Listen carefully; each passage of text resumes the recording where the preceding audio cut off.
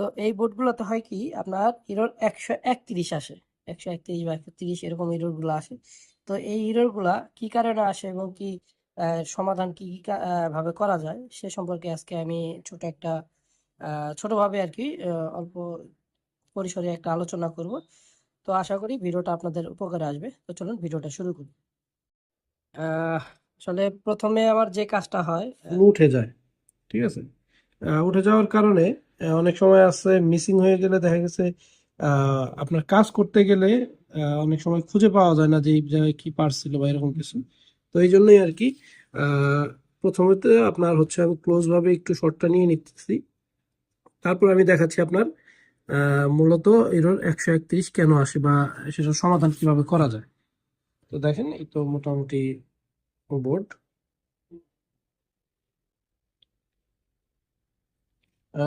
তো যাই হোক, আমার ভিডিও অনেক জায়গা থেকে অনেকে দেখেন, অনেকে কমেন্টস করেন, হয়তো অনেক সময় আপনার রিপ্লাই দিতে পারি না, অনেকে আমাকে হোয়াটসঅ্যাপে নকও করেন। যতটুকু পারি আমি চেষ্টা করি ইনশাল্লাহ সমাধান দেওয়ার। তো যাই হোক, মানে বাংলাদেশের বাইরে থেকে যারা আমার ভিডিওগুলো দেখেন তাদের সবাইকে আমার অন্তরের অন্তঃস্থল থেকে জানাই শুভকামনা। অবশ্যই আপনারা সাপোর্ট করেন বিধায় হয়তো আমি আমার চ্যানেলটা এত দূর নিয়ে আসতে পারছি বা 50,000-এর সাবস্ক্রাইবার পূরণ করতে পারছি। যদি আপনারা ভালো না বাসতেন হয়তো এই মানে চ্যানেলটা এত দূর নিয়ে আসতে আমি পারতাম না। তো যাই হোক, ইরোর 131-এর জন্য আপনার মূলত এই জ্যাকটা, ঠিক আছে, এই জ্যাকটা হচ্ছে ইনকোডার, মানে মোটরের যে ইনকোডার জ্যাক এটা। তো এইটার থেকে আপনার মূলত ইরোর 131-130-এর যে ইরোরগুলো আসে এটা থেকে। তো আপনার কাজের যে ধাপগুলো আমি সবসময় বলি আপনাদের, কাজ মুখস্থ করার চাইতে আপনাকে দেখতে হবে যে কিভাবে কাজগুলো মানে আহ, নিয়ম মাফিক কিভাবে কাজগুলো সমাধান করা যায়। দেখেন, এই পিনটা হচ্ছে আপনার যেহেতু ইনকোডার কানেকশন, তো এটার সাথে কোন কোন পার্টস গুলো কানেক্টেড আছে দেখেন। এটার সাথে কিন্তু এই যে এই রেজিস্টার গুলো কানেক্টেড আছে। এরপরে রেজিস্টারের পরে এই যে আপনার এখানে ট্রানজিস্টর গুলো ইউজ করা হয়েছে এগুলো আছে মসফেট টাইপের। তারপর এই যে এই রেজিস্টার গুলো আছে, আর এই আইসি দ্বারা এখানে কাজ করা হয়েছে। ঠিক আছে। আপনার যখন এখানে অ্যানালগ মিটার দিয়ে এখান থেকে এখানে মাপ দিবেন, দেখেন এখানে লাইন আছে। আর এই লাইনগুলো মোটামুটি এই সিপিইউ আইসির এখানে আপনার ইন হয়েছে। ঠিক আছে।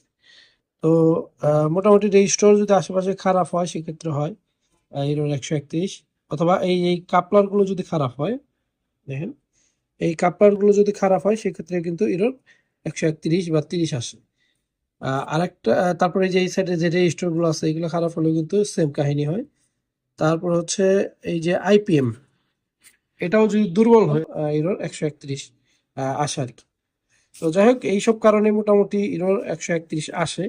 তো আপনারা মানে যেভাবে সিরিয়াল ওয়াইজ যে কাজটা সেভাবে আপনারা কাজ করবেন, যে এখান থেকে কোথায় গেছে লাইনটা, কোন কোন জায়গা থেকে কোন দিকে গেছে, দেখবেন যে এখান থেকে লাইনটা কিন্তু এদিকে আসছে। ঠিক আছে। তো এদিকে আসছে এই যে আইপিএম এর লেগ গুলা, এদিক দিয়ে আপনার এই ভালোভাবে দেখতে হবে। অনেক সময় ড্রাই সোল্ডিং এর ড্রাই হওয়ার কারণেও কিন্তু আপনার 131 আসে। সেক্ষেত্রে রিসোল্ড করলেও অনেক সময় সমস্যার সমাধান হয়ে যায়। তো এই হচ্ছে মোটামুটি এর 131-এর ভিডিও। আমার চ্যানেলে আরো হয়তো ভিডিও আছে এরকম। তো যাই হোক, যদি আমার ভিডিওগুলো ভালো লেগে থাকে অবশ্যই আমার চ্যানেলকে সাপোর্ট করে রাখবেন। আর যেহেতু আমি মানুষ, কথার মাধ্যমে ভুল হইতে পারে, যদি আমার ভুল হয় ভুল ত্রুটি ক্ষমা করে দিয়ে আমার পাশে থাকবেন আর ভুলগুলো অবশ্যই ধরিয়ে দিবেন। ঠিক আছে। আসলে মানুষ হিসেবে অনেক সময় ভুল করলে ভুল নিজের চোখে ধরা পড়ে না। তো এই জন্য যদি আমার ভুল হয় অবশ্যই আমাকে ভুলটা ধরিয়ে দিবেন। তো আমরা সকল ধরনের ইন্ডাস্ট্রিয়াল বোর্ড রিপেয়ার করে থাকি। যদি কারো বোর্ড রিপেয়ারের দরকার হয় অবশ্যই আমাদের সাথে যোগাযোগ করবেন। আমরা ইনশাল্লাহ আপনার বোর্ড রিপেয়ার করে দেওয়ার চেষ্টা করব। আর আমরা এখন নতুন আরেকটা শাখা খুলছি হচ্ছে আহ, ঢাকা রপ্তানি ইপিজেড। তো আপনারা এখানে এসে আমাদেরকে পাবেন। এখানে আমাদের নতুন অফিস নেওয়া হয়েছে, আমাদের পলাশবাড়ির অফিসও আছে। ঠিক আছে। তো আমাদের কালামপুরের যে অফিসটা আছে সেটা আপাতত সাময়িক সময়ের জন্য বন্ধ আছে। তো এটাও ইনশাল্লাহ ওপেন হবে। তো আমাদের রপ্তানিতে অফিস নেওয়া, কারণ আমাদের ম্যাক্সিমাম কাজগুলো হচ্ছে ঢাকা ইপিজেড এর আশেপাশের। এই জন্য আমাদের কাস্টমারের সার্ভিসের সুবিধার কথা চিন্তা করে বিবেচনা করে আর কি আমরা এখানে আমাদের নতুন অফিসটা ওপেন করেছি আর কি। আর যখন ওপেনিং হবে অবশ্যই আমি আরো ভালোভাবে আপনাদেরকে ভিডিও দেওয়ার চেষ্টা করব। আর লোকেশনটা আমি আপনাদেরকে